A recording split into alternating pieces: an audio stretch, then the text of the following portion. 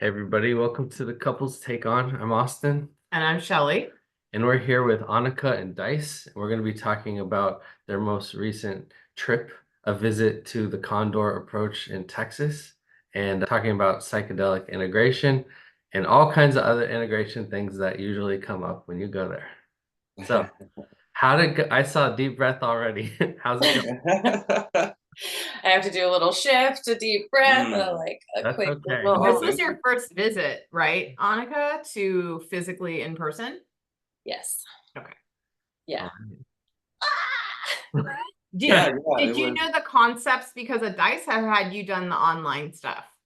I knew concepts because of Dice, and I've heard for so long, I've listened to their podcast episodes. I follow them online. I think one of the things I love about the Condor approach is like the consistency there's a lot of repetition. So it's really get it in. For a lot of the content, I feel like when it's explained, there's so much that makes sense. So I feel like from the first, second, third time I heard things, I was like really starting to resonate with it. And so I come in being like, oh, I totally know the concepts. And then being in person is such an interesting experience because then you're talking about the nuances of everything. So you can understand the theory of a concept, but really to see how it all plays out. And it was a wake-up call for me to go, okay, here's what you know, here's what you don't, here's what you're like getting a grasp on. So I felt like I had an opening already, but being there and being in person and learning it straight from them was a different experience for sure. Especially being with your partner too. Did you guys sit together? No, We didn't. I think to have our own experiences. So we had that. And also I was doing some, I had to be in the Zoom room and I was doing some things to help out at Condor Approach. So that was also part of it too. And I think for me, it's us coming into mutuality, and that does with the Condor Approach, that does mean going through your own journey on some level. And when you're there with a family member or a partner or somebody really well, it's also, you can use that person to get through the moment. You can attach yourself to that person, or you can use that person in a way and not fully go through your own journey. So I think that is all naturally baked in there. Like even with me being this is my fifth Condor Approach in person, like me returning and going and us talking about it, it's different from coming into that experience for yourself. Even if you know the idea is, it's when it stirs up things in yourself and when you're feeling that collective energy in the room. That's another thing that's part of something being live in an event, right? The collective energy that everybody is sharing, that is more than just the information or what's being taught in that way. You're actually resonating with people on the same ideas, on the same emotions. You're programming your nervous systems together to allow the information in. And even though everyone's moving through that on their own, there is that collective resonance that we're all on. And you can't get that necessarily through just watching something or listening to it. You can know that, so that when you're in that collective energy, you can also learn from that experience. So there's just so much to it. Mm-hmm. And I feel like there are things that we had practiced together as a couple, and just by knowing the OTT, that was so helpful for me. Not in our relationship for a while, it's been really helpful for me to see where I am, notice the thoughts coming in, notice my behaviors, whatever. And so there were things that we were able to do beforehand, but I think this is on a whole new level. So I'm excited. You're talking about the oppression triangle trap? Mm-hmm. Yeah. We reference that a lot. Yeah. As far as where are we in this situation? It's been very helpful. I don't necessarily say where am I or where are you in the triangle, because then it projects yourself into it and be like, oh, if I'm looking at the oppression trap triangle, is there anything coming up that's in there or outside of there, or what's going on. Because that victim mindset comes in hard for a lot of people, for a lot of situations. Especially if you're used to being in a state of victimization. If that's a comfortable place for you, it's really easy to then, when you have that awareness about the triangle where you can go, it's really easy to see those patterns of, oh, okay, yeah. Some of it, I feel like we're always writing it all the time. But the idea that they can also be patterns, and noticing that, wow, I'm over here a lot. I'm trying to save my partner from himself constantly. That kind of stuff. It's just really helpful to have some awareness around the roles you play and the dynamics that you have, especially relationally. I find that after we go to the Condor approach, then I'm thinking like about every little thing. Like you guys mentioned that you spilled your plant in the pot of soil onto the ground, and then I'd be like, what does that mean? Did I spill this because I no longer need it and I need a new plant, or do I need to plant a new plant? Or Do I need to slow Do I down? need to slow down? Okay.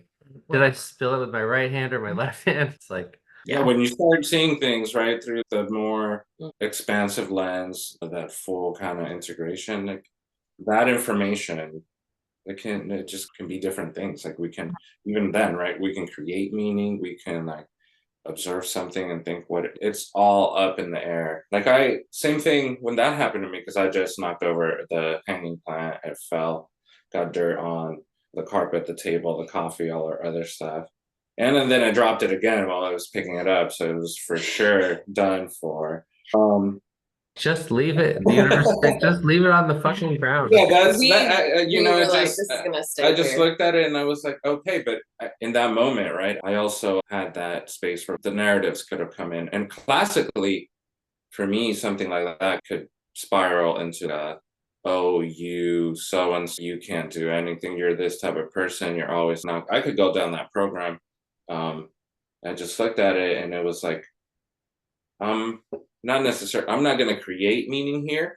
And then in that meaning creation, as if I just left it there, but we can also create the meaning that we do want. Hey, this. I could have gone in and scolded him and been like, gone into this sort of space of. Yeah, that's how it was for me growing up. If something like that happened, I would get scolded. So there's already like a pre-built. Like you scold yourself. It's from right. Even though like your parents aren't there in the room, like it's like an automatic like switch. It's, oh, I fucked up. Let me shame myself. And it's like creating a reality that doesn't even exist. Yeah, exactly. Yeah, that's where, right, that like oppression trap triangle really comes in. And for me, like at this Condor approach, with that and a lot of the other things that are coming up, it was more about navigating those things as they're like happening in myself or Right. in the present moment, or as I'm witnessing them. And I think early on, even listening to that is easy to be like, oh, I'm the victor, I'm the villain, like this. And now it's a more subtle, I can see all the spaces that we like are writing in subtle ways, some more overt, some very subtle. And sometimes you want to or are required to jump into one of the roles because it's like what the situation. I don't know if I shared it with you or not, but I picture the oppression trap triangle, like victor, villain, victim, as like a rotary engine. And if you keep fueling that stuff, you could spin yourself like a top. And it's the moment you become aware of it, you're like, oh, I'm spinning, I can slow down, and then you can remove yourself. But if you keep adding fuel to it, it's just going to keep spinning.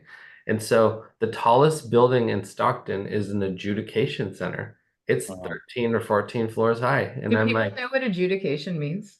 adjudication is, it's like deciding if you're in the triangle trap and where are you. In the courthouse. But like you keep adding fuel of, now they fucked up and they're mean. Then it's like pointing fingers and it's like spinning like a top. And it's, do you want to keep spinning in your head, in your mind, in your heart? Or do you want to be like, wait, I see a little bit where they fucked up. I see a little bit where I fucked up. Can we come to some sort of middle ground and go forward and heal from there. But I would love to see the tallest building in Stockton be a fucking integration center. And you know what I Oh, I love that. Yeah, I love that, Austin. It's actually beautiful up there. There's like a view of the whole city and like the delta. Okay, the jury waiting room is like outlooking all this beautiful stuff, including McLeod Lake. And I'm like, why are we all in the triangle trap here? Major pullback moment. Yeah.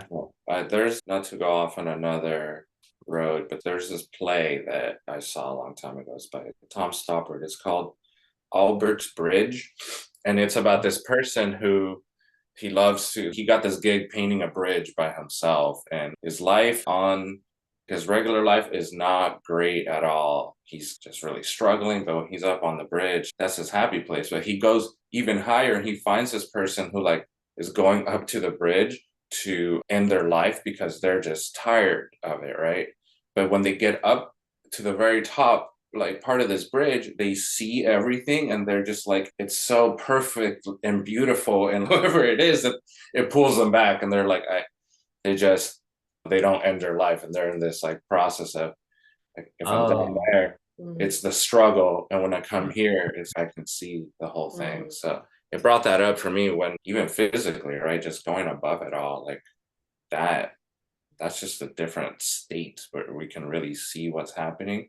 And then we can see, oh, you know how people say they look like ants down there. You can see the whole play that everybody's doing. Oh, dude, you can they have an observation deck out up there. I think it's on the 10th floor.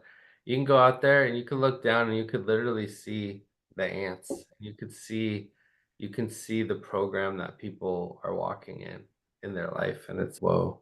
But of course, it takes time to become aware of yourself and being aware that you are aware. And then all of a sudden it's like, whoa, where am I? What am I doing? And like we still live in the 3D world. There's times where you have to go in to the matrix to do certain things, and it's okay. But you're aware that you're doing it and that you're not there forever. Just like the Matrix movies, you get in and then you get out. I think too, the thing I'm realizing is not getting pulled into people's own triangle, because I can easily go back to my old way of being in the triangle. And I've been all three of the things. I think the last position I held, which is nothing to brag about, but was victim. But sometimes I'll get around people and they'll just start to tell me their story, or we'll start talking in general. And then I start to feel the heavy energies. And then it's like, I feel it in myself. And so then it's like protecting myself of, this is not your story. This is not you. This is someone else. And just being really aware of it. Like the whole deep breath thing after people tell you their story, you're just like, oh, that's not my stuff. Shake it out or whatever. Like I find that was a nice technique from the Condor method of like just someone sharing and you like let it go. That way your body understands, hey, this isn't yours. You don't need to deal with this. You got your own stuff to work on.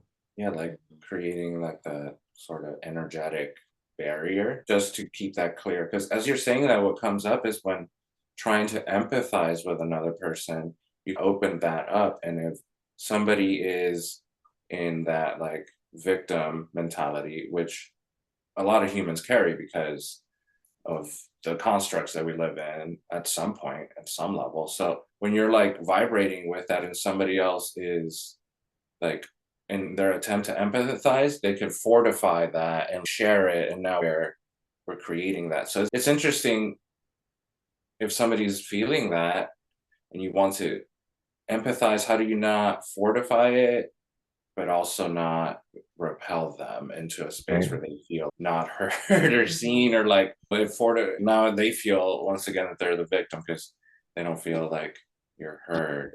Those are real things that like come up all the time, and I know that in that people pleasing, like empathetic situation, I could just fortify somebody else's victim story, and it actually is keeping us in the same narrative.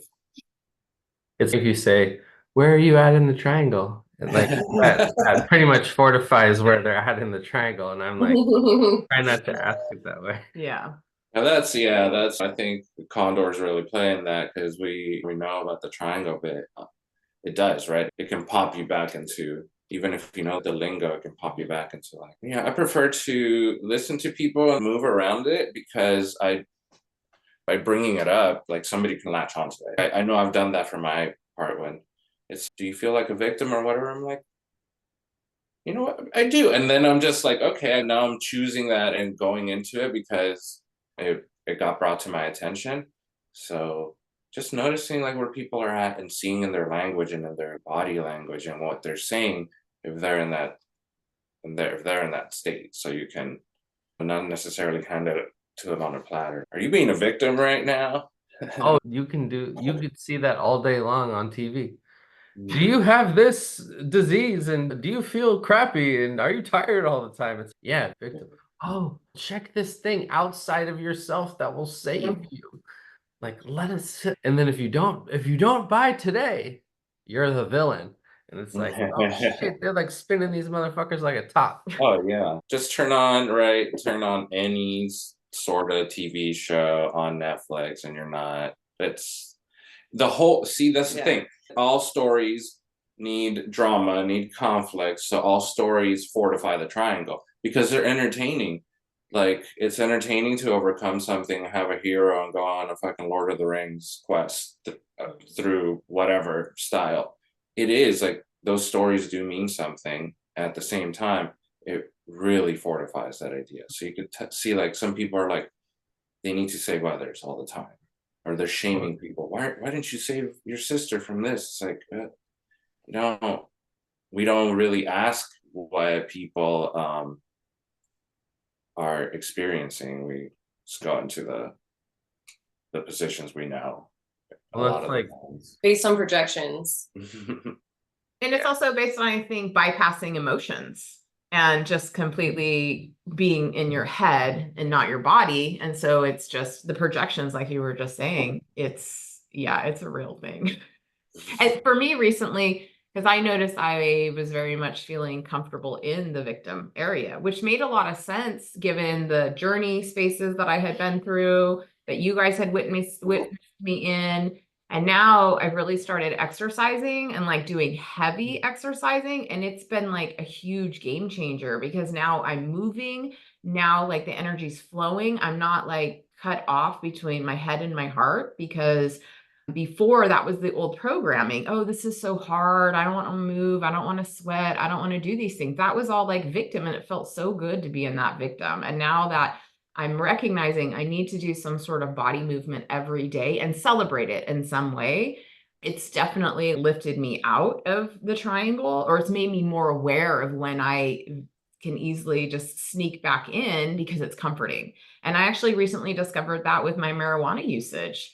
I think I had gotten so in a tight rut of safety. Like, okay, if I use the marijuana, I'm not going to drink. That was like 3 years ago, Shelly. Now it's like I have so many more tools and also like the tapping back in with the body that I slowly started like decreasing. But then what I did was I actually ran out and all I had was like THC with CBD and some capsules. And so I started using that and all of a sudden things started shifting in a way I was like, whoa, I'm really enjoying being like tired all the time and not doing a lot of things. And so now that I've recognized using many of the tools of integration, using the journaling each morning, like, where am I this morning? I'm just noticing a huge shift. So I'm very grateful well, for like all of that. we did the 420 festival and made a conscious cannabis usage guide. And then when Shelly ran out of like her usual ones, our own guide came in handy because it was like, all right, how am I feeling today? Was cannabis using me before, or was I utilizing cannabis? Mhm. And so it was cool for Shelly to have her own reflective journey from something we created for others, right? Mhm. Awesome. That's what I appreciate that about both of you, like integrate those things together and individually, and you're able to navigate these different spaces as like with your own journeys and bring it together and use your own tools to navigate that. I actually wanted to know more about after your experiences at Condor Approach, like what shifted or what got brought up for you that you had to integrate together. And did you sit together and did you do the whole thing together the whole time, or were you able to? What was your attachment? I'll speak. So, Only are you gonna because tell him? what? Tell 'em what? The what? No. Okay. So I basically have noticed that I think going forward, depending on the conferences that we go to, I would almost prefer to sit separate, because what I notice for myself is this attachment. And I don't want to label it, but at the same time, I notice it's, oh, wait, I need to see what he's doing first before I can make a decision for someone else. So instead of being like my own entity, or like you go and have fun over in that group, and I'm going to go over here and have fun in this group. And there's nothing wrong with that. And then we can come back together. Like, we don't have to do everything together. And I think that's something very subconsciously ingrained, that like my partner, everything we do, I have to do it with him. It was almost like I have to get permission from him. And so now I'm seeing that and I'm like, no, I don't. Like, we can easily go to events and have our own good time and then come back together and meet and discuss and integrate and whatnot. That was some of the stuff that I started to notice or have the self-awareness with my behavior. And then I realized why. I had anxiety, I had insecurity, I had all of these like people pleasing, like all of these little things that like came up because I wanted to be accepted and liked. And so then I realized like where I needed to do more work, and then how do we do the work together so we're not having this push and pull in the dynamic of our relationship. And it's still very much a work in progress. Believe me, there's times when I might solve something and I know Austin's, oh, you didn't let me help you. I was like, because I figured it out. And then there's other times it's a bit of the dumping or a bit of the expectation of, please solve this. Or it's, wait, what have I done to help my situation first before I'm like running to somebody to take care of it? To me, I see that as being back in the trap. Like, for years, I was Captain Save-A-Ho. Oh, you too. Oh, yeah. And so rescuing my parents from their own shit as a kid, and like taking care of all their needs and making sure everybody's needs are met before mine. And so after the Condor stuff with Shelly, like I would kick back, oh, that's interesting. Yeah. Okay. Cool. Are you gonna do anything about it? I'm like, do you want me to do anything about it? So it's like, that's a whole different conversation, right? Because you usually would be like, oh my God, let me fix your problem for you. And it's, if they don't want to fix it, why am I fixing it? It's good to be supportive and listening, but at the same time, you're taking on all of their energy and all their stuff. It's like, you need that radical consent, radical honesty thing. Like, even last night, I was like, I'm a little dizzy. I was canvassing in 100-degree weather, and I was like, I need a break. I need water. I need fuel. It's like the whole pause, pull back, physical body scan. And I was like, hey, I need 15 minutes, versus she wanted to like tell me all this stuff. And the ADD sometimes comes like whoosh. And I'm like, hey, no. And she's, I need to tell you this. But in that time, because I think it ended up being 30 minutes, I calmed down because I recognized I wasn't in my body. I was somewhere. And then I ended up making all this crazy content because I went in my room and I was a bit like just annoyed at whatever, my own stuff. And then I'm like, okay, I need to do something, because my old version would just sit and scroll. But now that I'm really not utilizing marijuana in the way I did, I'm not like brought down anymore. And so I started like cleaning and stuff. And then I ended up making 3 reels because I ended up having weird stuff happen, like eyelashes, and then finding multiple packs of eyelashes, like with only one single thing in there. And it was like, why am I keeping this? So then it was almost like I transmuted that energy that I had and created something else. And then when we finally got together and talked and did stuff, like whatever was like I was chomping at the bit, I was actually much calmer. And then we had like really good discussions and we had really good follow through. It was like a deeper intimacy and just like a conversation instead of, hey, like that dump. And I'm just like, okay, well, like, I'm recognizing a lot of from years of her in the ER, like in healthcare, you could literally come home or on her way home, dump it all on me, and I would try to solve her problem. And after a long time, I finally realized like she doesn't want to solve this. And so I started asking, like, hey, am I listening to listen? Am I listening with support? Are you looking for solutions? Or do you want me to fix your problem? And that was probably like 4 or 5 years ago, I think. Oh, Shelly's gonna go check on the egg dish that we're making. Mhm.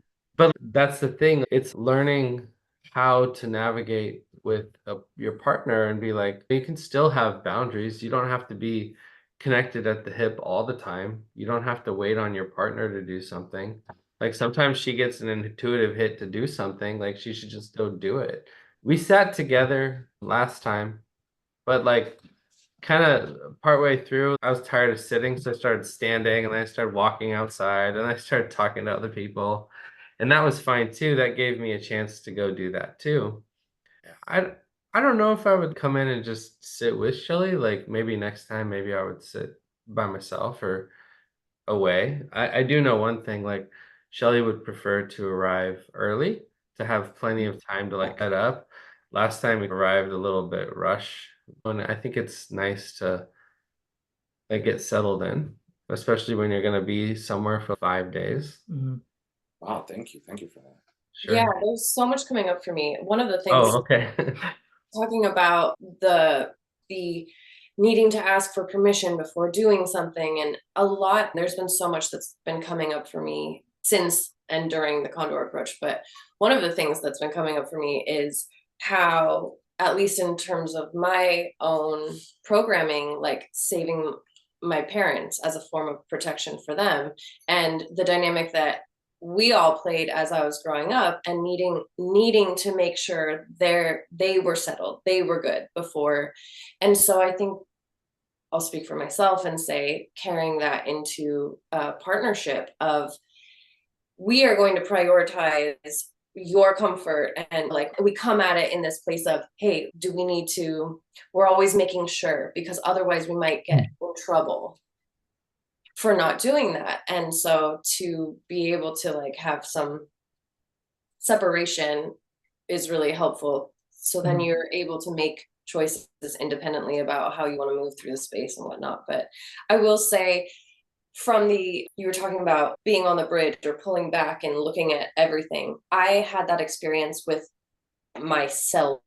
All the parts of myself came online, and part of it could have been, as Taz repeating through the weekend, all of you is welcome here, all parts of you are welcome here, all of this. And everybody came to the table, everybody wanted the microphone, and everybody had a lot to say. And I'm experiencing that now, where I'm having to control the chaos of everybody just really screaming and being like, whoa, you're tapping into things that we have buried so deep or that we do not want to address, and now you are pulling it out and we feel a certain way about it. So it's like a young child version of me, my teenager self, early college, mid college, late college, post college, like just coming online. And I'm having to just pull back and look at all of them and go, okay, I see now how this affected that and that. And so it just feels like this really intense sort of web of movement, like an anthill of how everything affects everything. And even as it comes to present day, I realized there were things that were activating these parts of myself that were really scared, that weren't trusting, that were not feeling secure. And I felt like there was all this pressure too coming in with Dice. Like Dice has a lot of sort of attention on him, quite a bit, in terms of the help that he provides and just being in the role that he is, and being the person that he is. Like, oh my God, to bring me, it felt like this pressure of, I want to show up. But as I'm showing up and trying to be this like version of myself, that's the version I want to be, everybody from my past is being like, slow the fuck down. Like, you got to navigate us first before you can be that. And so it was very humbling to really come in with this confidence, and it was like swoop, and I fell flat on my butt and just had to stay there for a long time to just look around and be like, okay, what is actually going on here, and what do I no longer want to carry forward? And so that's the transition that I'm in now. I'm ready to release some stuff that I thought was gone is not gone. And I need to, just through this process of coming back and integrating, like, it's been very helpful to really look at the whole big picture from above and decide also where I want to be in that picture and where I want to, what no longer gets to be there, or that I'm ready to move past, change the scene a little bit. Did Todd play with that ball that expands and contracts? Oh, Mhm. yeah. Yeah. Logic ceiling. Yeah, oh yeah, No, more than that, just like that ball, like you feel safe to expand, and then suddenly you can see Mhm. like all the Oh, characters you've ever mhm. been in your life, and you're like, oh wow. And like you have the gratitude and appreciation for all the characters, and you're like, oh wow, all these characters have helped me get to where I'm at right now in this moment. Cool, like I know that I have them available if I need them. Right? It's like the everything everywhere all at once movie. It's but you can't fixate on all those characters because you're in the moment. You might need some of those characters in the moment, but it's like how much of them do you need right now? And can you like lower yourself back down to like a grounded state to the moment, but still be aware that you have them and you appreciate all those characters and stuff like that. Yeah. I definitely feel what you were saying. Yeah, thank you for sharing, Anika, because that is what you were saying was really resonating. I was getting full body chills for a lot of Well- it because I could feel it too. I have Well- had those incidences coming up very recently. And how do you integrate all versions, all Well, parts? like sometimes I'm not going to speak for you. I'll speak for me and for what Shelly and I have been talking about is we have all these characters within ourselves, all these different avatars, if you want to call it that. And it's sometimes people are like, that's my shadow self, and I don't want any part of that. There's some creativity in those dark places, shadow things, and can you honor the create like a flower doesn't grow in the fucking sunlight. It starts off in the ground, in the dark, in the shadow, right?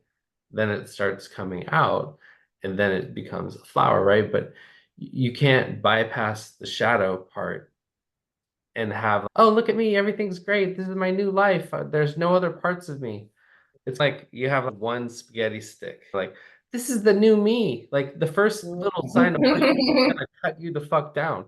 But if you have all the little versions of yourself propping up the new version of you, and the wind comes, you're like, yeah, man, I'm like grounded in myself, all my little versions of myself. We got roots down in here. Like, yeah, this is the new me, but this is all of me. And so it's like standing into your power and your sovereignty. And you're like, hey guys, we need to go to the adjudication center. We need to go to the Matrix today. Can we all go and play? They're like, yeah, let's go. Go play. And then you get out of it. You don't have to think like the rules of the triangle trap. You just have to know how to play in the rules of the triangle trap. Go in, do what you need to do, get out. And it's just like with all those characters, it's like you honor them in the creative spaces of the shadows, and then those shadows feel like seen and heard, and then suddenly you don't need to like put them away, because sometimes your shadow self or your younger self, hey, put away that magic, we don't want people knowing about that.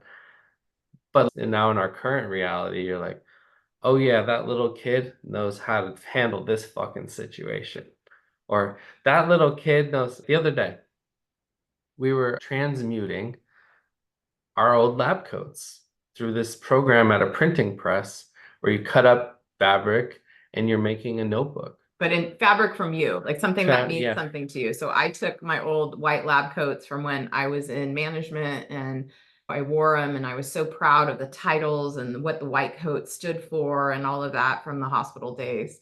And we cut them up, and then it gets turned into pulp. It gets turned into paper, and then eventually it'll be a journal. Like it's about a 10-hour process. Yeah. And so then Austin decided to also take his lab coat. Yeah. And sorry, go on. Oh yeah. That's what I was getting to next is we just talked about all versions of ourself, the shadow self. I also wanted to talk about the ego version of self. Some people are like, oh man, you got to go through ego death and you got to kill your ego and all this stuff. And I'm like, can your ego be your ally? And they're like, what? I'm like, your ego has kept you safe for a very long time. And you suddenly want to abandon that and you want to like push yourself all the way through that. I'm like, what if you address it as an ally to help you, just like those shadow versions of self, to help you with your current reality? For that always seems to a light bulb goes off with people because so much in the psychedelic space you hear about, oh man, ego death. And it's, wait, hold up. Can we honor our ego, keeping us safe? Can they feel safe in this experience, the ego? And then when I talk about all these versions of self, like you brought up, Anika, then it starts making me like think about all versions of me as a human being. And after like my first psychedelic trip with Shelly, I was like, wait, who am I? Like exploring the femininity within male body. And I was like, oh shit, if I express some of these feminine creative things as a kid, I don't know how safe I would be. Because one of my brothers is gay and he went through like kind of that stuff. And then when people start talking about he, him, they, and I'm like, ooh, like there's more of me than just anatomically being he. And I was like, okay. And so all those little characters came up too.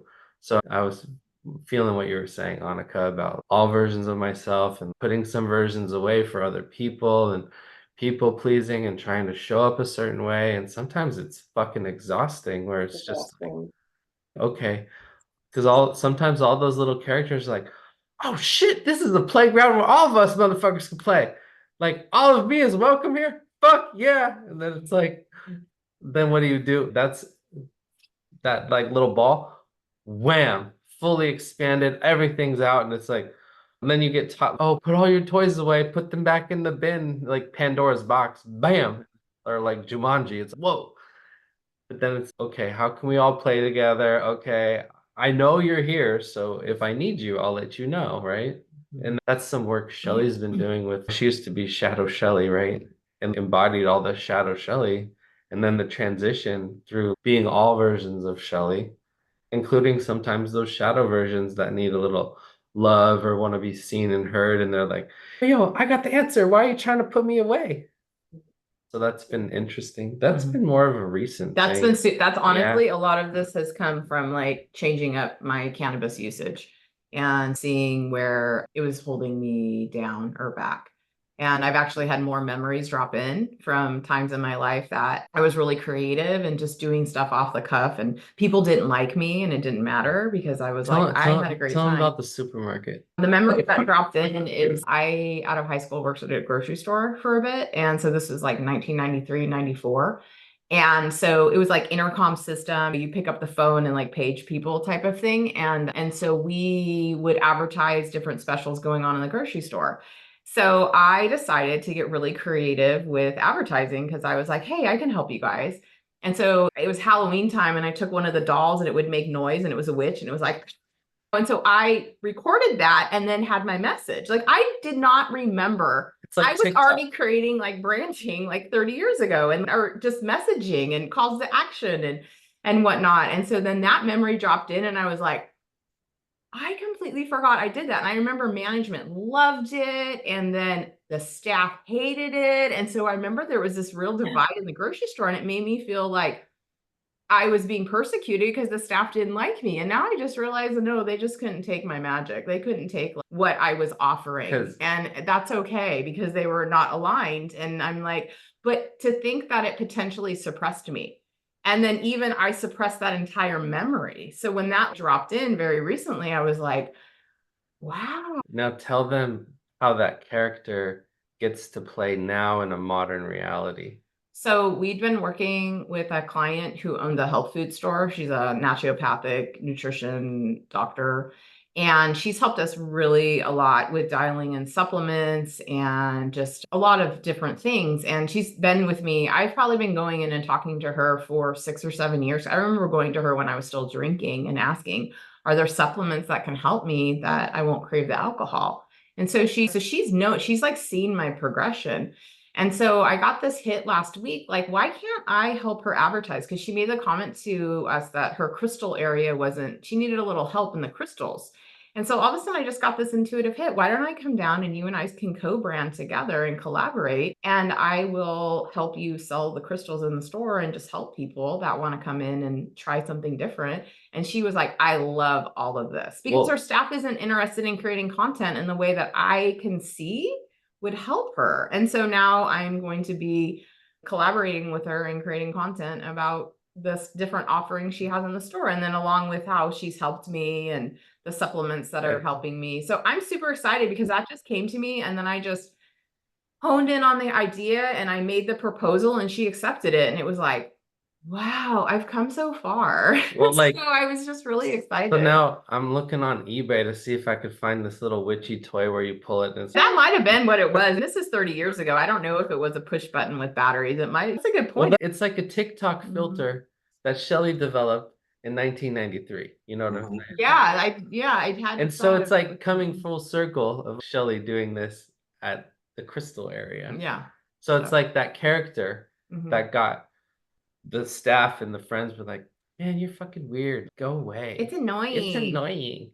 And now you got somebody that's, oh my God, yeah, do that. And it's like the permission for that little character to be like, it's my turn. And that little character of Shelley gets to be like playing around in the story. I'll probably help her film, right? To hold the structure for filming. And then she'll be like playing and doing that. So it's like all those little versions of self. It's like, when they understand like, hey, you can play, all of you is welcome here. It's whoa, like it's like being a teacher and all of a sudden everyone wants to play in dance class and they all rush you and it's whoa, whoa, whoa. Like, how can we have a little bit of organization so we can all play?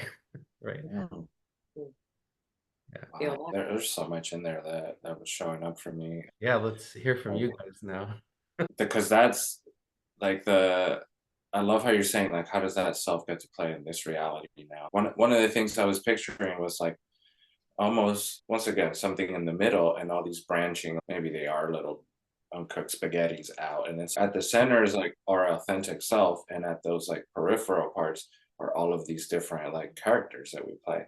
And I saw within myself, oh, if I'm out there, then there is that multi-construct strain of I'm this person with this person, and this it feels like what part of myself am I being? So I've gone through some of that of who am I with this person? That's why like being in sometimes in a space where like having Anika there and having different like connections with other people, I'm like, I'm not exactly sure which version is coming out. So I'm gonna dial them all down. I feel that that's sometimes how I express it. But as you're saying that, I'm like, what I would like it to be, how I want to operate is that each one of those characters has like a direct line to my authentic self. And though different ones are being called out at a different moment, they're all an authentic representation, not like me people pleasing so much that it's just like a fictional version of me.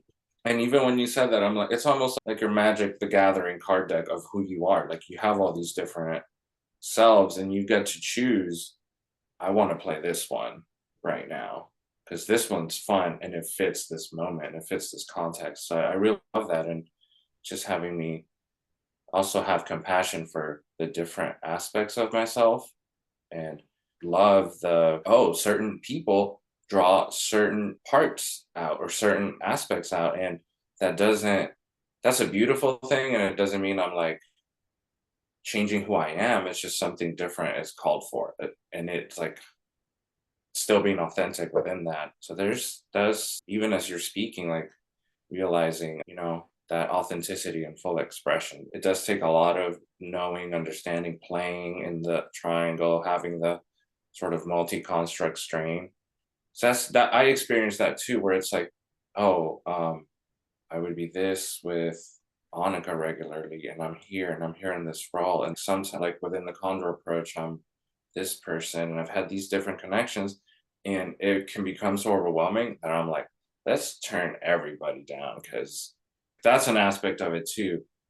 However, I'm also learning like where's the space for like my true self to be connected to that. So that's what's coming through, even if it looks different, even if it's I'm at the adjudicator building, hey, I got to put that suit on, and that's that version of me that I'm choosing to go into the matrix. I'm choosing to go into this person's personage, this character's suit, so I can operate within that construct and then pull back out into my like true self. Just really learning how to do this shit like in the moment and with other people, and getting out of the shame space of if I'm being yeah, if I'm like fun over here, but like this friend, I don't share that part that's with them, I'm gonna feel guilty if I have fun. So I'm not gonna have fun with anyone. I'm neutral. I do that to myself, and then I push myself to a corner. So that's my I'm learning how to really be within that.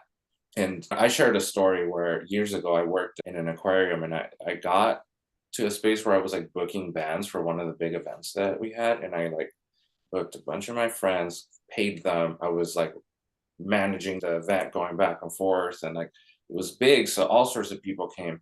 And at some point, it's like my boss, my coworkers, like my best friends, like the guys I smoke weed with, like my ex-girlfriends, my current girlfriend, and it all came like all at once. And I honestly was like, it felt like, who the fuck am I right now? I had to eject because I was like, I can't handle, because these people know this version, this one knows too much, this one thinks this, and I'm in work mode. So it was just like, how do I be? And that taught me, it kind of begun some of the openings to get to this understanding of that authenticity. If you're radiating that, then that can come through in the characters that we play.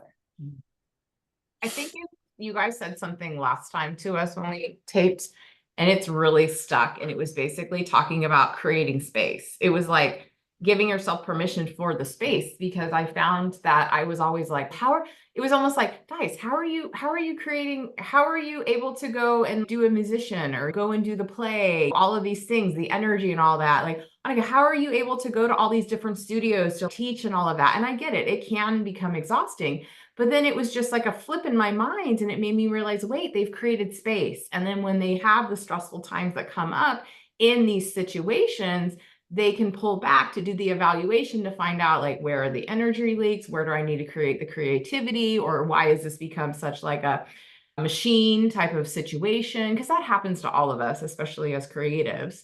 And so that has really, we talk about that quite a bit, because it's almost like I was so in my logic brain that I wasn't even realizing, because I wanted to check boxes and I wanted to understand instead of feel, instead of do the preparation, to sit down and give myself permission to have space, give myself permission to go to multiple studios to take different classes and different modalities, instead of just, no, I can only stay here because that's all I can handle. That's what I'm telling myself. And it's just, and then the other week when you guys are like, hey, let's like reschedule until Dice is done, it was like absolutely beautiful. I get it. Like, it's a lot to juggle at the same time. And it was like, it just really has stuck with us, because then I realized my entire life I didn't understand what that meant until now, because I needed to feel it.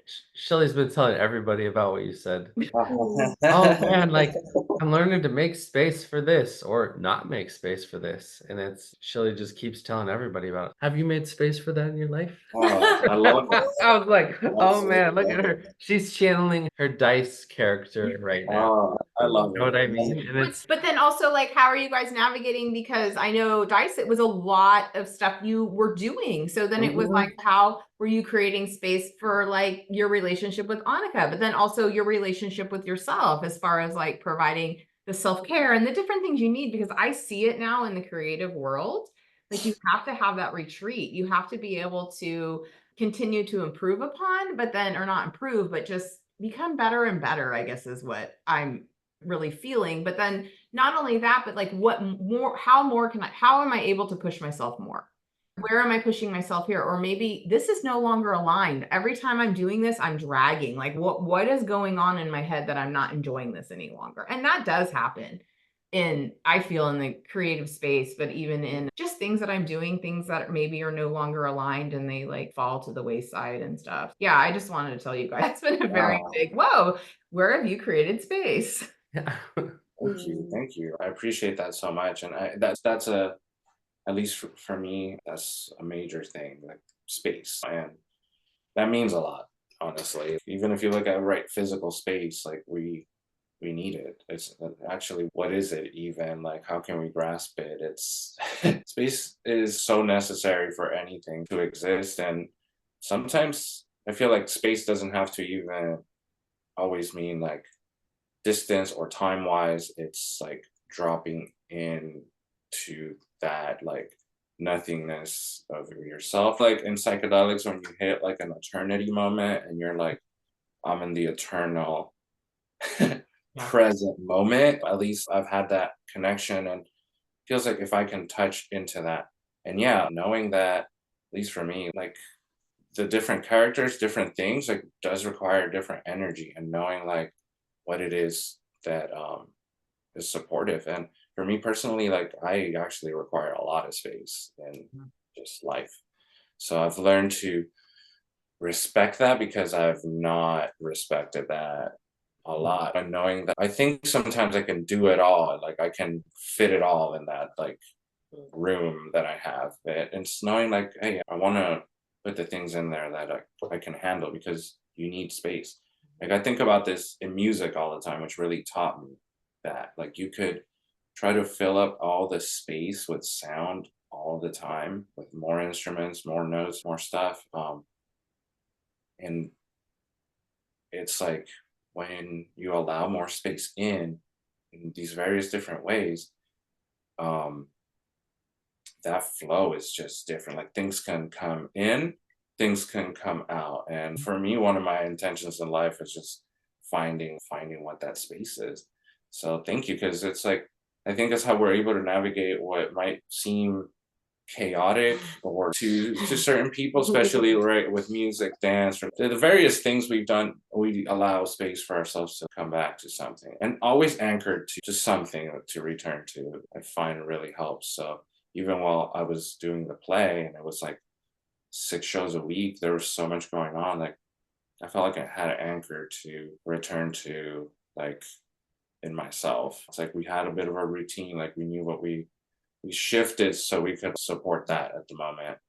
Then some space to collapse and then expand out to Set up the support new event. what the new thing is. And we're just, I think we're aligned and used to doing that, that we can support with each other. Recently, we're navigating the passing of our house cat, right Mm. when we came back from Condor, which suddenly That just passed. happened. And it's just okay, even though there's so much going on, now we're holding space for this. Grief. Thank you for what you said. There was a few things that came up for me. I'm thinking about there's so much that happens in the not space, in what you're not taking for yourself. And like when you combine that with speed, the speed to which you're traveling, like it can really cause this collision of like polarities of if you are not taking space and you're adding more to the equation and more, you're in a traffic jam with yourself. And I think someone was saying it's about the quality of the space too that you're taking. It's not necessarily about the amount of time that you're taking it. So you could be at a full, it's not that life is like this and you've got these heartbeats of space in between. It's like sometimes we do have to sprint, but then how do we counteract the sprint? The quality that we choose of taking the space means maybe we sleep for a whole day. It's not necessarily we take 2 weeks off, it's that the next day we sleep. Or just considering that, like, how do you pull and change the tension of it's not that there's this consistent rhythm. It's about making choices around when and how to pause. And because if you don't, it it does create the traffic jam and eventually a crash somewhere. So it's yes, sometimes it's slowing down, sometimes it's stopping, and sometimes it's just making sure the container can hold the truth of whatever you're moving through. So for him, 6 shows a week versus a retreat versus a Condor approach versus a single day workshop versus they all require different choices. And it's not just about, okay, I need to sleep or okay, I need to, it's what works for you and how does it work and how does it recharge you in a way that's like truly satisfying. And it looks different for every single person. But when you figure that out, then it's like becomes this formula that we have had to start to weave in because we would say, go hold a lot of space at retreats and then come back and boom, it's Monday and we have to start all over. Or he's doing 6 shows a week and they end on Sunday night and boom, he's got a new week starting over of different tasks. So like, where do we like put it in? And that can end up becoming really fun. Like it can be fun to take space in a way that I never allowed for when I was younger and just moving at the speed of light. Really witnessing you with the cat. I get the animal situation. I think I never understood how much of an impact animals have on people and everything. So just really witnessing as you guys are navigating. That's been a whole navigation for myself, like because this interesting thing's been happening where I've experienced it now in the recent deaths that have happened, like Julie Arundel from Condor Community, Mhm. Yeah. like our cat. And generally, as when death comes around, like I drop into this very calm, almost unaffected state. Serene. And like for a long time, I was under the construct that like I need to feel more this, I need to be crying, and whatever that is. And I would guilt myself. Like I remember as a kid being at my own pets died, and I was feeling the same way. Like my grandma died, and I was at her funeral. Not that I didn't understand, it just felt right this different state where I felt like it pops me at enough distance where I'm like in this very regulated state. And I had been in the past, there's been like some shame around that or guilt or I need to feel it needs to look a certain way. And this time I really accepted this is what's it's fascinating that this is what's happening. And so I've been like just witnessing that and appreciating that and seeing that was really helpful. It I was think so because helpful. while like Anika and our roommate, who's the actual owner of the cat, was in a very heightened emotional state, I was like totally He was able to neutralized. translate Yeah, Mm. I could handle the doctor visit It's like the situation. communication highway, and it Right. was such a Yeah, necessary. yeah. Mhm. That's interesting as you're talking about space, and I'm realizing there's some energetic distance or space there, and to allow something to be. So really interesting putting things to like practice right now in real life with relationships with people, like right in yourself, like death, life. It's Holding all things at once. it's almost like as we're talking about space, I'm thinking actual space, right? With all these rotating forces that are like up against each other sometimes they're distant. And oftentimes there's some sort of equanimity or balance between all of it. Mhm. Sometimes it gets really dense, sometimes it pulls away. This is just what we're moving through at all Mhm. times within ourselves and with other people. And I feel like we're gaining more of a understanding collectively. We're having some real amazing conversations and tapping into things that aren't always reflected in the like matrix reality that is out there. Although I, I don't know, there's so much like that we're learning and putting to work and seeing in life, at least personally and with us and the Condor community, that opening up all these like beautiful spaces to really tap into this in a real lived sense. Like Mhm. we're in life. It's not just an idea. It's not just like something that you learn. Something that you start witnessing like everywhere in yourself and work out there and all types of relationships. And that's been really helpful in like integrating and navigating all of it. Right. Because to me, the integration is like things are fluctuating and how do we what's the stabilizing like force that's pulling things together.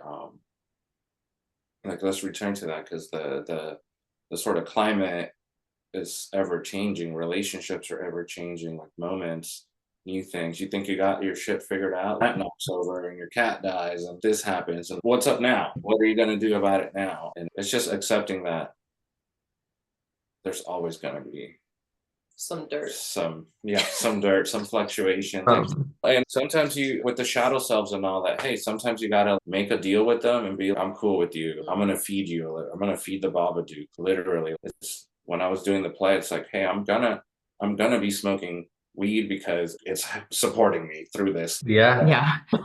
It's like cool, we're like this self, I'm tagging you in for now because Yeah. I might not always, yeah, it's like different parts of yourself are called at different times. And it's just like allowing that, not always having a picture of you have to be this perfect entity. Like, allow it to shift because that's the reality of the energies that we're living with, at least from my perspective. I want to say something about the space really fast and the whole plant knocking down. It's funny because I was just like right over there in the other room, and it's not uncommon that like some stuff will fall or drop or have moments like this. And Not for me. depending on the mood or the environment or the speed to which you're moving and needing to move through things in order to get places. This was happening at 8:30. This is why causing this collision. But there's a part of me that could have easily gone into programming of, oh, here we go again, another spill, God. And instead, I said nothing. I didn't jump up immediately and run in to go like, all right, let's clean this up. Do you need a vacuum? Do you need this? There was space. There were quite a few moments of just allowing Dice to be also with what had just happened. Mhm. And because of it, then I come into the room and we're looking at it, and then we're looking at how my coffee was just like full of dirt, and we just started cracking up. It was so funny. It was so funny, but there would not have been space for joy, laughter, and all of this other stuff that came up if we had just not taken the space, immediately jumped into maybe those dynamics of, I'm going to save you. Now you're in the shame spiral of, here I go again, spilling stuff. It's like, it was such a powerful lesson for me. Like, if you just allow for this, what's going to happen next? What's going to happen next? This other route, that role, that dynamic, we're well versed there. So what else could happen if instead? And it was beautiful. It was such a great lesson because we laughed because we're grieving so hard too. And we're grieving the cat. And I'm also like, there's some grief around letting go of some wounding and healing wounding. And all of this grief was allowed to transmute into this full-bodied laugh that I didn't want to stop, and just allowed myself to really feel. And it was a beautiful moment. That's awesome. I'm going to share one more cat story as we wrap up. It's obvious that we need to continue this because we've barely scratched the surface. My dad and mom had a cat named Neo, Knio. It meant knock it off. Like literally, my dad had said something like, these tuxedo cats that we got fucking knock everything over. And my dad's, that's their job in this world, is to knock shit over. I'm like, okay. And then I started thinking like, oh, the cat like that passed away is, man, I'm gonna make him spill that motherfucking pot. And I'm gonna see how he does this. And it's like the universe, the cat knocks the shit over, and you're like, you could have been like Captain Save-A-Ho, but you didn't. You're like, I'm just gonna just chill. And then the dirt, the coffee, and laughing, and you're being in the moment, and you're like, oh, Austin and Shelly, they're cool. They wait a few minutes, no problem. But is the dirt still on the ground? Oh, it's all here. Oh, okay. I have a note. I want you to take a picture because I want to put it into what we're doing, because I think people would be like, I want to see this. Right. Yeah. So it's really funny sometimes is we're showing up on camera and we got our background and everything, right? But like on the floor, there's fucking clothes and there's shit over here and there's an art project. I didn't have a chance to blow dry my hair today, so I was like, we're wearing a towel, but I'll wear earrings. Cute though. Yeah. Well, it's so funny because this is what we call our rainbow room, which is like our journey space. It's where I do a lot of my work with my clients. It's where Dice works. And so we have this table and it has plants, but also there's crystals, there like are tarot our cards, altar. all of our decks. It's our altar. So all of this plant drops and spills all over the altar, and the altar is just, so we've got tarot cards that are just like completely covered in dirt, crystals, feathers that are just like dirty feathers, Palo Santo. Mason Palo Santo. Oh, is that from Mimi? Yeah. Nice. Oh, it's so beautiful. These earrings are from Paul Mark. Oh yeah, amazing. Represent all. Yeah. Mine here is our altar too. This little cake pan, like Tippy jumped on it and knocked it to the side, and I'm like, oh, that's gonna fall. Then you wake up in the middle of the night. Like I used to be hyper vigilant. Like I hear a little thing and I would wake up. I'm like ready to go.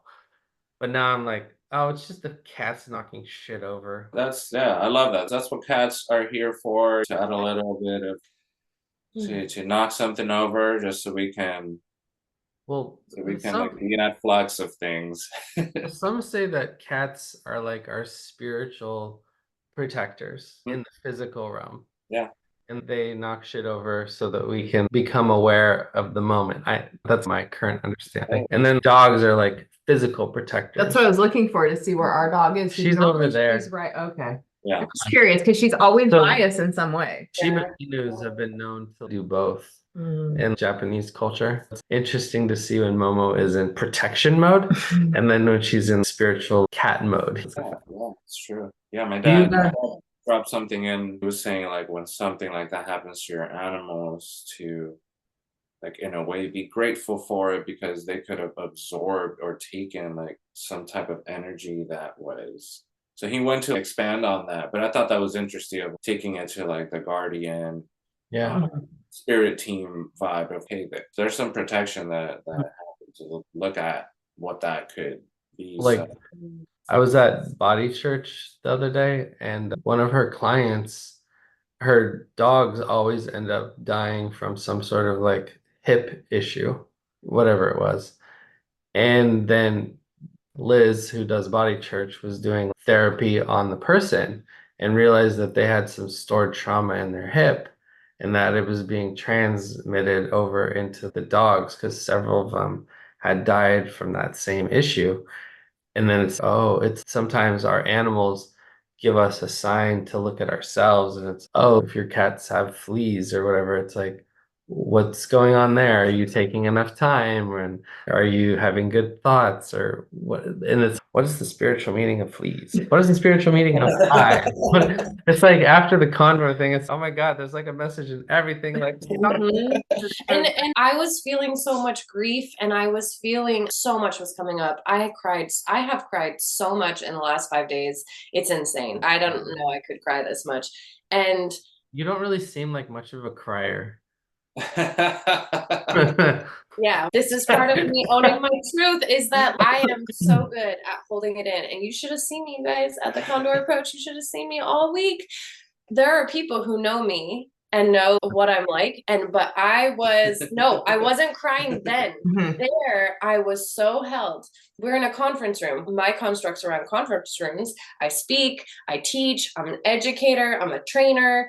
Conference rooms for me are like where I am the leader. I'm the one dictating and holding the container. And there was a lot of stuff coming up for me around that where like, this is not the space that I do this. I'm very intentional about when and how and where I unravel. But that was coming up for me around truth. That's a whole nother conversation, but really owning your truth in this authentic kind of way. And here I am the whole time, and then we get back to the hotel room and I'm up all night crying, and I'm with myself crying, and just thinking about that on the levels of owning.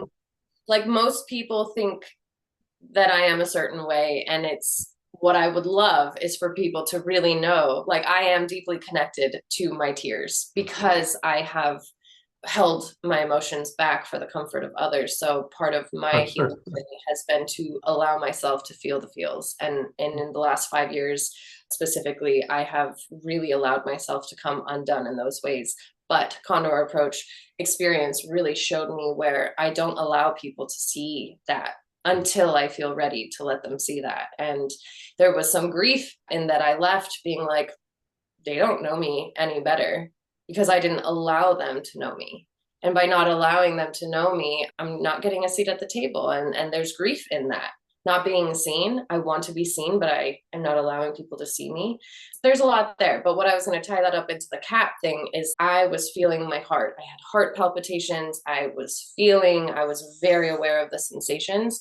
And our cat died really tragically of heart disease and a clot that had taken. And I was just thinking about the heart and what happens in the heart and around the heart and heartbreak. There's a lot of heartbreak that I'm experiencing right now. And just thinking about that overlap of what was she transmuting, what was she experiencing on that level. And we had been gone for a month, like we really haven't been home. So we got back in our first day, bringing in all of our energy as well. And I'm just sitting with that, not in a negative way, but just recognizing like how much our animals are aware of our experience as well. They really do feel that, and they do take it on in a lot of ways. And she's journeyed with us and really held space. She really was in tune with us. And I've seen cats wait to die. So I totally get what you're saying. Like in that moment, it's almost like the universe was asking the question, can you unravel and show yourself in this conference room? And maybe it's not this time, maybe it's next time, maybe it's another time. But like I get that too, because I've always been thought of a very stoic, very grounded person. Like, oh, I'm holding this shit together for everyone else. And then I'm like, wait, can I hold it together for myself and allow myself to let something go or cry? But also at Condor, sometimes you'll be crying and no one's gonna come fucking rescue you. Like, you might be crying unless you want that, right? But because people want to respect your space and your moment and not do that. So that's interesting too, because most of the time if you see somebody crying, you immediately go to them because we've been taught that as little kids. If we cry or look like we're gonna cry, we get rescued, and now the attention's on me.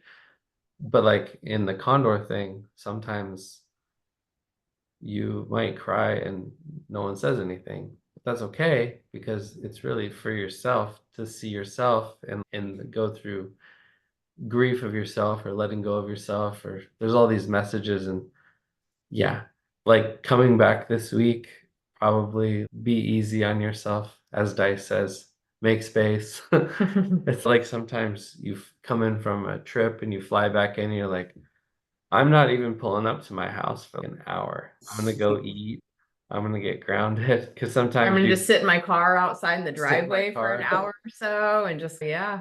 Because sometimes it's like yesterday, I sat in the car for 15 minutes because I was like, expansive, big, hot day, and I'm like, I need some time. And can you give yourself permission and allow yourself time to be with yourself? So you guys have any final thoughts or current offers or stuff? Like we should this seems to be probably gonna have to do this a couple of times, I think. Yeah, we always go Always. deep. It's rich. I Everything. would say we're intending to make September Condor Approach the most epic and fun one yet. So we would love y'all there. A I lot don't of good know. stuff. I just got chills. I think I need Yeah, to it's something I'm feeling really strongly upon coming back. I'm just like You talking about Austin or Austin Utah or In both? September. Austin, September. Yeah, that's the one we're talking about. So we got some special stuff happening, and we're really wanting to make this one real epic. So that's what I got right now. So around the 11th to the 14th, I think it's that week. Mhm. So September 11th to 14th in Austin. Bring Are friends. they still doing the Utah one too? Yeah, I think Okay. that's gonna be popping off. More details on that. Nice. Nice. Yeah, that's where my heart We're is. starting to meet people here in California in our area. I'm like, oh, maybe we should do a little mini Condor thing. Because like we got some friends Yeah. going to some ayahuasca journeys coming up this weekend, where I don't know where they're going, somewhere. But we're like, yeah, what does integration look like for you when you get back? What are your intentions? And they're like, huh? What? That's the magic sauce for me and Shelly, was like, we'll do the deep inner work with you. What are these meanings? What are these messages? Stuff like that. And I was like, oh, I could take my ebook offer and I can help people with integration using the same way, like voice notes for yourself and then put it through AI and then try to make sense of it. So I was like starting to talk to them about that. Or if you're driving home and you have a road trip, just record yourself talking, anything that comes up, transcribe it, make sense of it. Because there's too much to write. Like even like you go from Condor from 8 a.m. to 6 p.m. and you're like, okay, I need to eat. And then it's 8 p.m. and you're like, then then you get grounded in your body again, and like all these things come up and release, and you're like, oh my God, like one night I couldn't even sleep till 3 in the morning. Right. And there's a lot in that space, right? Now things start bubbling up, things start moving. I know. We're in it right now, and so, yeah, that's creating that so your nervous system can catch up and everything can move through. If there's no space and time for that, there's just too many things to digest. It's like food, right? If you just keep cramming food in there, your system's give me a second to break this down first. Right. Just keep putting in. Let me disintegrate this food and integrate this food. Right. Yeah. Thank y'all for this. It's Yes, been thank a you. conversation. That's all So, right. so you want people to go to the Condor event in Austin, Texas, September, and you both want people to do that, right? That's your call to action. That's Yeah, my call to let's do it. action right now. Let's do it. I think And that we are setting up the Holistic Chamber of Commerce in Stockton. And so we would like people to join because we're going to do some events. And our membership is anybody anywhere can join. And you can join if you're a business owner or even just a community member. And we're going to put together events, have some special things. And then plus you have all the usual benefits of joining, stuff like that. Anything else? I'm just working on offers as far as I do one-to-one coaching for people that want to integrate experiences, create space in their life, because I'm finding a lot of people don't understand how to create the space, but also like how to have a calm nervous system, how to give themselves permission to feel relaxed, and like just really tapping back into the body wisdom, because a lot of times we forget. And so then it's like guiding people back into the feeling of calm, and that no, this is a normal regulated system. It doesn't have to always be hyperdrive, running a program, etc. And just like taking a look at someone from a holistic standpoint. So that's Yeah, the whole holistic, like all of you is welcome here. We are creating a podcast on spiritual bariatric wellness. We won't necessarily be touching a lot on the psychedelics, but it's more touching on like how do you integrate life changing? How do you create space and changes within your life? And then from the perspective of you've surgically altered your body, that means you surgically you end up altering a lot of things, and that could include like the stored emotions in your body. So we're really excited about that. We did a preliminary taping before her procedure this week, and then we're going to have some themes on it and just speak about it because nobody's talking about that. So like we've worked with a couple of people that were going into surgery. What's your intention? Do you feel comfortable? Like whole Condor Approach thing. Mm-hmm. Then they can go in and they're like aware, they feel safe with their doctor, like setting all the things for a psychedelic experience. Do it in the doctor for the surgery. And it's like getting your nervous system calm and regulated so you're ready to receive the help, and then your body knows the plan afterwards. What's the aftercare look like? And so that's been pretty cool. And then Shelly's going to do the sober curious events and coaching and stuff like that. A lot going on. Yes, a lot. Are you making space for this? I'm learning to. I'm really learning to make space, but also learning because it's not only making space for stuff outside of my home, but like how do I create the space for people in my home? Meaning like Austin, my son is moving back in. And he's inheriting another cat that is his cat at his dad. So it's just the adjustment of all of that. There was a cat on our porch this morning. I'm like, I recorded it. Never seen. I was like, hey, Shelly, what? The universe is bringing you another cat. And I just was like, I can't. And then he goes, what if we just think about it in abundance? And I'm like, oh, that changes everything. I didn't, because I was looking at it as like the dread part. And I'm like, no, I got to flip all of this. I got to flip it. Cat flow to cash flow. And she's like, I'm like, because the universe ain't going to send more cats over if you can't provide for them. Yeah. This is actually a cat that is like clipped, like it has a clipped ear, but it's a calico. She's super, super friendly, but we've never had her on our porch. So I'm like, oh, she's making her way to the different like places that have cats. So it is what it is. Okay, any last thoughts? Thank you. Thank you all for this conversation. There's a lot in it. I always love talking to you and diving into these deep spaces. So thank you for welcoming us in and welcoming our parts here and letting the discussion of the good and the bad and the happy and sad and just all the parts of being a human and living life. And relationally, I think it's really interesting to talk about and compare and hear your take on things. The restraint, like honoring your restraint of not rescuing and like checking the box like vacuum, broom, help dice, shame dice, let's go. Did you notice that though? Did you notice like I said nothing? You just just being. It's just like, but if he asked you to go get something, I'm sure you would. But fucking waiting, like that was a very hard thing to learn in the last year or two of integrating these experiences. Yeah. What were you trying to say? Nothing. Oh, I know. I thought something came up for you. I was like, okay. Mm-mm. Yeah. And then also just letting Dice be in the moment of creating the mess, right? Let the mess be the message. There was a fuckload of stuff there. Just spilling some dirt on its, oh shit, like what does this mean? Should I like plant something new, or should I like till the soil? Should I just leave my tarot cards all messy until the full moon and then clean them? You know, it's should I just leave this space alone? And it's, yeah, I saw the deep breath there. Yeah. Oh man, Yeah. once Todd was like, watch people's body language, I was like, okay. And then even I catch myself too, because I see myself on Zoom. I'm like, oh, what's coming up for me? And I'm like, I'm writing writing it down. Sometimes you guys said stuff and I was like, oh, what's going on here? And it's just sometimes we are a mirror for others. Sometimes we're a portal for others. Sometimes we're like a future message for others. And it's also we do that to ourselves too. And it's just interesting to lean into all this, right? Yeah.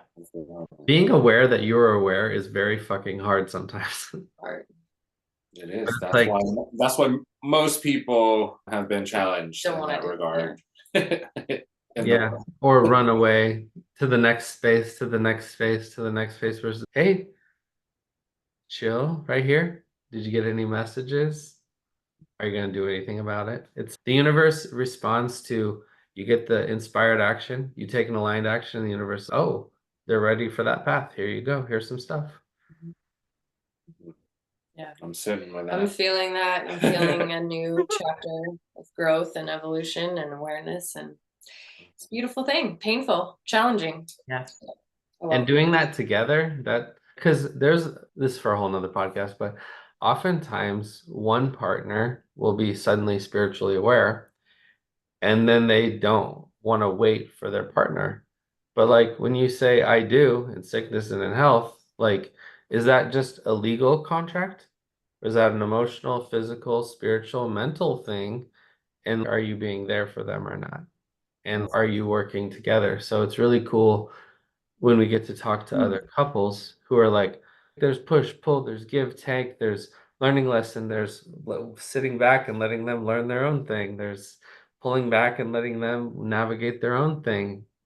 And then there's also, it's like respecting your own sovereignty, their sovereignty, and respecting their power by letting them like clean up their own mess or whatever, right?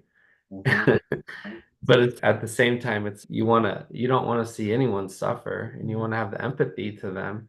And when you're partner and you have a deep, intimate connection that's physically, emotionally, mentally, and spiritually connected, then it's also energetically connected. Oh, Rocket the cat. Rocket the cat just popped up into the window. Of course he did. He's like looking in so intently. It's great. But he's probably here. You can show him the picture. Yeah, it's like you're respecting. Zoom in. He just popped up. Oh my gosh. That's what I imagined him. I guess Yeah. that's his way of Well- saying, hey, let me in. You're not Well, meowing and you're not It's listening. we found him about 1 year ago. Yeah, it's been about a Yeah. year. After Condor last year when we Yeah. went to Austin, it was abandoned 3 kittens and I saw them at the park and I'm like, this is a test. Either I can leave them here, or I can take them. Either way, it is a test. Yeah. And so then we took them and my friend adopted one and we kept the 2 tuxedos because a month earlier I had said, I think when I get another cat, I want tuxedo. I would get a tuxedo cat because they're fun and Not curious. anticipating, like thinking I would have the choice in it. Oh no. That was a straight up Yeah, that was manifested a from the straight up. universe. Mhm. Yeah. And all the universe is telling Oh, you yeah. that you know how to manifest.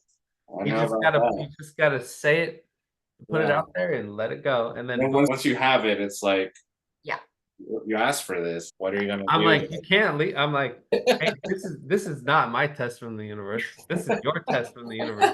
You said it. What are you gonna do? I just remember, because this has been a year, I just remember the feeling of I could not have 3 cats. I was like, I cannot keep 3 cats. And I knew part of the test was reaching out to my network to see if anybody would be willing to adopt, like actually making calls, Like her nurse making network. like DMs, like actually asking people, would anybody like a cat? And because I wasn't used to networking, I wasn't used to reaching out for help. And so I recognized there were multiple like lessons in the adoption of the cat. And now I look back at that and I'm like, I go to networking events now, and then I follow up with people in a way like I never thought I would. And I'm not embarrassed, or I'm not in a shame space, because I felt like in a shame space of like, would you like a cat? And it just, yeah, I'm grateful for all the lessons. And also it's sharing the abundance with others too, Yeah. right? Yeah. Hey, would anyone like a cat? Yeah. The universe has delivered me with 3 beautiful cats. Which one or ones would you like? Yeah. And somebody's, I'll take the gray swirled one. Mhm. It's like mixing paint, gray swirls. And then obviously, And then that cat she still has, and she told me that cat found a sick cat out in the neighborhood and brought that cat home, and they saved that cat. So if Bob, that's what she named him, if Bob hadn't have found Teddy, who are now BFFs. So like these cats are I look at them as a very spiritual animals. They were sent on this earth and all of that for like very much a lot of good healing. We were just chilling in the park and literally 3 kittens, boom. It's like they were like energetically attracted. They're like, oh, Absolutely. look, we just found gold, right? Pretty much. They're like, oh my God. And they might take us, and Shelly will take at least one of us for sure. Fascinating is one has severe anxiety, the female. She won't go outside. And then the male, Rocket, he is like something else. He goes anywhere, everywhere. And it's okay. I see all your personalities. Yeah, I'm grateful now. In the moment, it was like, these are lessons. I'm not sure what they are. And now I see a lot of them. Very grateful. Okay. Beautiful. All right, let's just take a deep breath and a moment together, just so that we can. That was very expansive for us too, right? And it's just. Oh, thank you for that yawn, Shell. Oh, I find yawning has become my BFF. Oh, And noises too. Sometimes Shelly will be like, ah. And we're like, Nolan and I are like, what's wrong? Nothing's wrong. Just getting grounded. We're like, oh, okay. mm-hmm. So I'm gonna turn off the recording in case there's anything else that you want to say.